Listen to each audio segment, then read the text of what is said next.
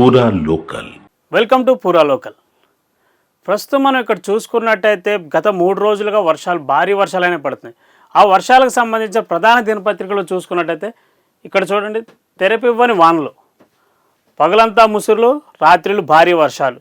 గత 3 రోజులు ఇక్కడ చూసుకున్నట్టయితే పగలంతా నార్మల్గా ఉంటుంది, అలాగే ఈవినింగ్ సాయంత్రం అయ్యేసరికల్లా భారీగా వర్షాలు పట్టడం అయితే జరుగుతుంది. మరో 3 రోజులు మోస్తారు వానలు.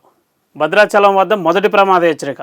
ఇక్కడ చూడండి, భద్రాచలం ఎప్పుడు చూసినా కానీ భద్రాచలం వర్షాకాలం మొదలైందంటే భద్రాచలం ప్రాంత వాసులకైతే భయం అనేది పట్టుకుంటుంది. ఎందుకంటే దిగువ ప్రాంతం కావడం వల్ల రాష్ట్రంలో ఎక్కడ వర్షాలు పడ్డా కానీ ఆ దిగువ ప్రాంతానికి వెళ్ళిపోవడం అనేది జరుగుతుంది. ఇక్కడ చూడండి, ఆ భూపాలపల్లి జిల్లాలో వర్షానికి తడిసి చలి వరకు పశువుల కాపరి మృతి. అంటే ఈ వర్షాకాలం అనేది రావడం వల్ల చలి విపరీతంగా పెరిగిపోవడం వల్ల అక్కడ పశువులు కాయడానికి వెళ్ళిన ఒక వ్యక్తి మృతి చెందాడని తెలుస్తుంది. ఆదిలాబాద్ జిల్లాలో వాగు దాటుతూ ఒకరు గల్లంతు. చూడండి, వర్షాకాలం అనేది రాగానే ప్రమాదాలు అనేవి విపరీతంగా పెరిగిపోతాయి.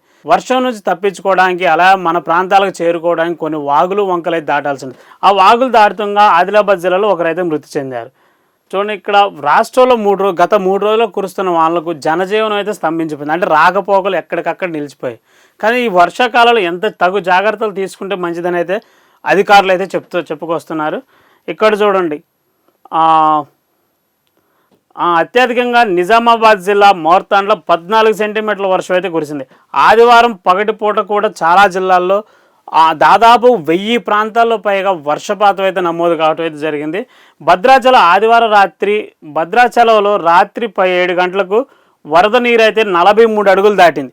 చూడండి, భద్రాచలం అనేది చాలా డేంజర్ ఏరియా. వర్షాకాలం వచ్చిందంటే భద్రాచలం ప్రాంతం అనేది, భద్రాచలం వద్ద రాత్రి 7 గంటలకు 43 అడుగుల వరకు వరద నీరు దాటడంతో అక్కడ కలెక్టర్ జితేష్ జీ పాటిల్ మొదటి ప్రమాద హెచ్చరిక అయితే జారీ చేశాడు. ఇక్కడ చూసుకోండి, 9,32,283 క్యూసెక్ల దిగువకు వెళ్తున్నాయంట వాటర్. అంటే 9 లక్షల వరకు అయితే వరద నీరు, 9 లక్షల క్యూసెక్ల వరకు అయితే దిగువకు అయితే వెళ్తున్నాయి. రాత్రి 11 గంటలకు అదే భద్రాచలం రాత్రి 11 గంటలకు అయ్యేసరికి 48 అడుగులకు అయితే చేరింది వరద నీరు. ఆదివారం రాత్రి 11 గంటలకు అదే భద్రాచలంలో 44 అడుగుల వరకు అయితే చేరింది.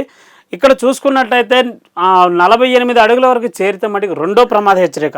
అంటే వర్ష నీరు అనేది ఎక్కువ అయితే, వర్షాలు ఇంకా పెరిగితే మాత్రం రెండో ప్రమాద హెచ్చరిక జారీ చేసే అవకాశం అయితే ఉంది. జయశంకర్ భూపాలపల్లి వద్ద పలిమెల మండలం తెగలగడ గ్రామానికి చెందిన ఒక పశువుల కాపరి లక్ష్మయ్య అనే అతనైతే వర్షానికి తడిసి బాగా చలికి తట్టుకోలేక మరణించడం అయితే జరిగింది. వర్షాకాలం మొదలైందంటే చాలు గోదావరి పరువులు తొక్కుతుంది. ఉగ్ర గోదావరి బిరబిర కృష్ణమ్మ దుమ్ముగూడెం వద్ద 9.1 లక్ష క్యూసెక్ల ప్రవాహం. చూడండి, దుమ్ముగూడెం వద్ద అయితే 9.1 లక్షకు అయితే ప్రవాహం అయితే పెరగడం జరిగింది. అలమటి నుంచి 1.50 లక్షల క్యూసెక్ల దిగువకు. ఈ వర్షాకాలం అనేది ఏదైతే మొదలైందో ఆ మొదలైన దగ్గర నుంచి భారీగా వర్షాలు, గత 3 రోజుల నుంచి అయితే వర్షాలు అయితే భారీగా పట్టడం అయితే జరిగింది. ఈ వర్షాకాలంలో భారీగా వర్షాలు ఇంకా భద్రాద్రి జిల్లా చర్ల మండలంలో తాలిపేరు గేట్ల నుంచి వరద ప్రవాహం. చూడండి, ఇక్కడ చూసుకునే ఫోటోలో మనకు కనపడుతుంది. వరద ప్రవాహం అనేది ఉరకలు పెడుతుంది. ఈ వర్షాకాలంలో మాత్రం వరద నీరు అనేది భారీగా పెరగడంతో ప్రమాదాలు జరిగే అవకాశం ఉంది. ఎక్కడ ప్రజలు అక్కడ కొంచెం జాగ్రత్తలు తీసుకుంటూ ప్రయాణాలు చేసేవారు కానీ అనవసరంగా రోడ్లు దాటడం, అనవసరంగా వాగులు దాటడం అనేది చేస్తామంటే ప్రమాదాలకైతే గురి అయ్యే అవకాశం ఉంది. గత 3 రోజుల్లో కురుస్తున్న వర్షాలకైతే వరద నీరు అయితే బాగా బీభత్సంగా అయితే ఎక్కువైపోయింది. ఇక్కడ చూడండి, ఇక్కడ ఈ ఫోటోలో చూసుకున్నట్టయితే ములుగు జిల్లాలో మాత్రం రాకపోకలకు అంతరాయం. అంటే బ్రిడ్జి లెవెల్ దాటి మరీ నీళ్ళు వస్తున్న విషయం అయితే మనకు కనపడుతుంది. అంటే ఇక్కడ ఈ వర్షాకాలంలో అయితే బ్రిడ్జీలు అనేవి విపరీతంగా పొంగిపోవడం, ఎక్కడో చుట్టుపక్కల ఉన్న వరద మొత్తం చేరడంతో ప్రమాదాలకు గురి అయ్యే అవకాశం ఉంది. అలాగే అధికారులు కూడా ప్రజలను చాలా వరకు అయితే అప్రమత్తం అయితే చేస్తున్నారు. ఎందుకంటే వరద నీరుకి ఇల్లులు కొట్టకపోయే అవకాశం ఉంది. అలాగే నీరు ఇళ్లలోకి రావడం, ఆ వరద ముప్పు ప్రాంతాల్లో ఉన్న వాళ్ళ మట్టికి చాలా త్వరితగతినైతే ఖాళీ చేసే ప్రయత్నాలు అయితే జరుగుతున్నాయి. ఇంకొద్ది రోజులు ఇట్లాగే భారీ వర్షాలు పడితే మటుకు ఆ వర్షాల నుంచి జనాలను కొంచెం సురక్షిత ప్రాంతాలకు తరలించే అవకాశం అవుతుంది. అలాగే ఈ వర్షాకాల టైంలో ప్రజలు కూడా అప్రమత్తంగా ఉండి ఎప్పటికప్పుడు అలర్ట్గా ఉంటూ ఆ వరద ప్రవాహాలు వచ్చే ప్రాంతాల వారు అయితే చాలా జాగ్రత్తగా ఉండాలని చెప్తున్నారు. అధికారులతో పాటు అలాగే ప్రజలు కూడా చాలా అప్రమత్తంగా ఉండి తగు జాగ్రత్తలు తీసుకోవాలని, ఎప్పటికప్పుడు అధికారులకు సమాచారాలు కూడా అందిస్తూ ఉండాలని చెప్పేసి తెలియజేస్తున్నారు.